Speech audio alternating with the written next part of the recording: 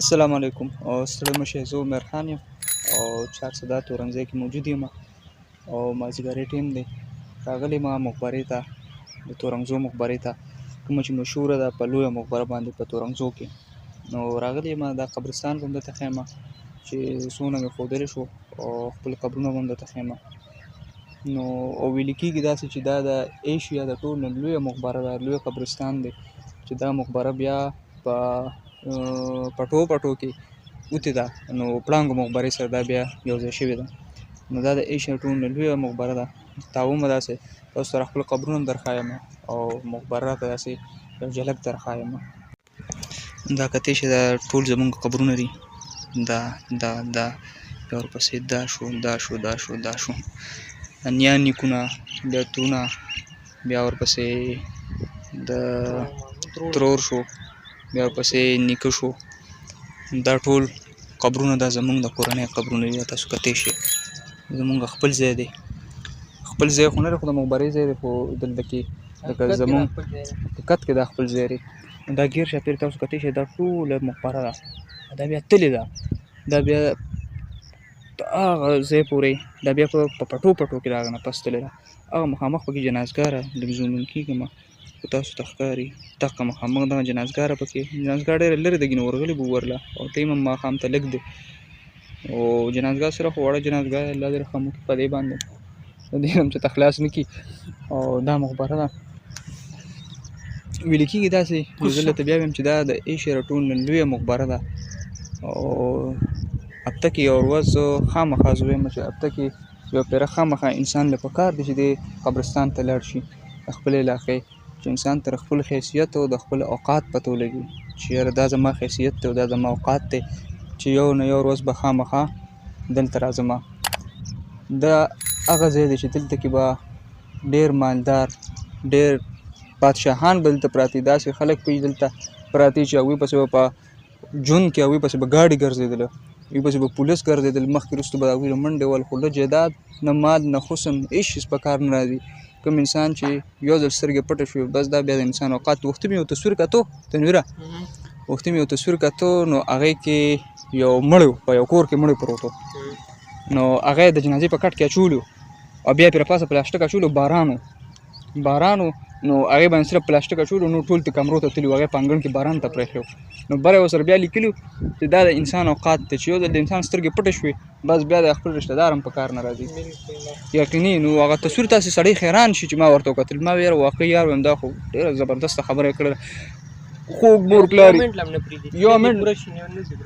یو منټ لرم بیا نه پرېږدي بس چې انسان مړ شو شپې ته هم بیا څوک په پایله سم نه پرېږدي بس ډایرکټ یې ځغلی جنازې ټایم مقرر شي نو بس بیا یو منټ هم نه پرېږدي کور کې یو سیکنډ ته هم نه پرېږدي یو منټ دا د انسان حقیقت دی او بل دا چې د انسان دلته به داسې خلک وو چې دلته به یې ووایي یاره چې زه یم نو ځم ځان پسې بیا ټوپک مار او کوتک مار او خلک پرې ځان سره ګرځوي بلکل دا د خاورو لاندې پراته دي عمل به ورسره پکار دا انسان حیثیت او دغه بیا اوقات دي چې انسان بیا هلته پراته بیا بل ته محتاج وي چې یاره ما ته دعا وکړي چې با خدای وبخي نو بس دا مقبره مې ته درښوله او زړه خو مې ډېر کېږي چې په ټوله مقبره کې وګرځم ټیم سره ټیم وختي دی چې زموږ چې خبر وکړو نو ښه او ټیم خو شته کوشش به کومه چې داسې قبر راته وښیم چې دلته کې د یو ډېر لوی هستی د یو ډېر لوی شخصیت قبر دی چې ډېر لوی مفتي د ایشیا د خپل وخت د خپلې زمانې ډېر لوی شخصیت تیر شوی دی چې هغه ته زه به تاسو ته ووایم چې د شیخ الحدیث حضرت مولانا محمد ادریس صاحب نیکو مفتی شهزاده صاحب رحمت الله علیه چې د هغه قبر هم دلته دی د هغوی د کورنۍ د هغوی د کور د ټولو خلکو قبرونه دلته دي د هغوی د نیکه د هغوی د والد صاحب د هغوی د والدې صاحب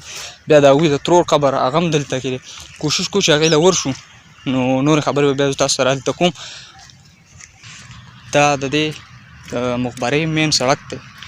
او سړک یې خو ښکلی سړک دی که نه سړک خو ګزاره بیا هم کوي ځای په ځای پکې لږ کندې شته خو دونه پکې نشته د ګاډي لپاره ښه ښکلې لار ده یو بله ویډیو به راځي هغې کې به تاسو وګورئ چې هغه سړک څنګه دی دا سړک څنګه دی د بابا صاحب هغه ویډیو به تاسو وګورئ د بابا صاحب د لار هغه سړک به تاسو وګورئ چې د هغې 15 کاله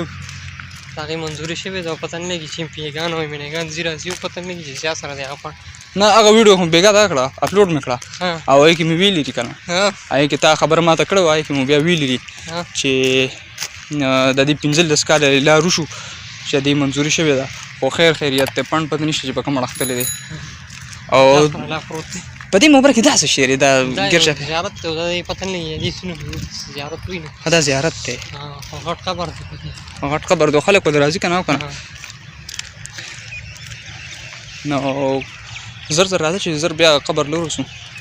زه ته بیا وایم چې هغه شخصیت قبر روان یو چې ویل کېږي چې هغه سره جناتو هم سبق ویل لري نو چې هغه قبر لور وسو بیا نور خبره الته کوو دا کته چې دلته دا جنازګاره د جنازګا سره د 15 قبرونه دي دا مور پلار دا درې زامن د لوریانی دي دوه لوریانی دي یو زوی دي دا په یو ورځ باندې وفات شو او د سکول ډیګې په دوی راغلی و نو کوټې چت پر راپورته ډېر لوی غم په ورځ باندې لا دا څنګه مخټول ساتي دا جنازګا پکې دا جنازګا شاته اړخته مخه تر جنازګا دونه نه وړه راخو بیا هم الکه دا رنگ کړم ده ها رنگ کړم ده یو خو دې کې درب ډیر زیات دي دا غني هم کنه د سکتی چې د پټوله مخبره کې د دې لپاره خو دا غم جوړ کړو کنه ټیم شانته جوړ کړو چپه د لپاره خو یار غیر بس وخت نه راوتلو او یې جزانان بوله غریبانان په خپل راوتل جمعې پر ورځ باندې جمعو کې ویلو دا څه ده کنه ورځ وروتي بیا شکرونو د مهربانو کوی لاول به مونږ روزو یاره بیا به نور خلک روزي کم از کم دا مخبره پاک شي دا تو ګور ډېر زیات غنی پکې یوازې په دې او ډېر خطرناک غن واقعي درد ډېر زیات دی دا ټوله مخبره دا هغه سره پورې زومین کېږم به زوم موټ کېږم به ډېر لوی مخبره او دلته قبر دی شیخ صاحب د نیکه شیخ ادریس صاحب د نیکه قبر دلته دی دا لوی مخبره خټ بازار او دا قبر بایپاس دی کنه دا د بایپاس ها تورنګزو بایپاس مخامخ دا قبر زیاتر طالبان د قبر دغه کوي تلاش کوي خو هغوی ته نه معلومیږي نو تورنګزو بایپاس ته مخامخ یو سړک په غاړه باندې ستن ده او سړک غاړې ته مخامخ یو نو دوه چې دوی مستن پرېږدي نو دوی مستنې سره بیا ښکته دا ټول قبرونه دي او واقعي ستنې سره ټول دغه دي اټیچ دي نو ورځو دا شیخ صاحب د نیکه قبر دی او کوم قبر دی وایي دی زما شناخت دی دا دی او دا دی شیخ صاحب د والدې قبر دی او دغه د شیخ صاحب د ترور قبر دی دا نورو قبرونو کې غلطېږم چې دا د دوی له کورنۍ دی که نه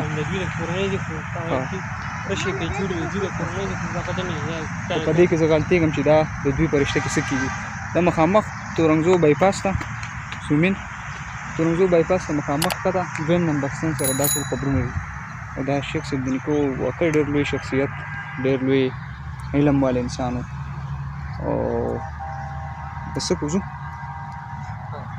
بس دعا به کوو دعا نه پس به بیا موږ اجازه تخلو همدې سره عمر خان زه اخلم ستاسو اجازت تاسو چېرته مو اوسئ خوشحاله اوسئ د لوی الله په امان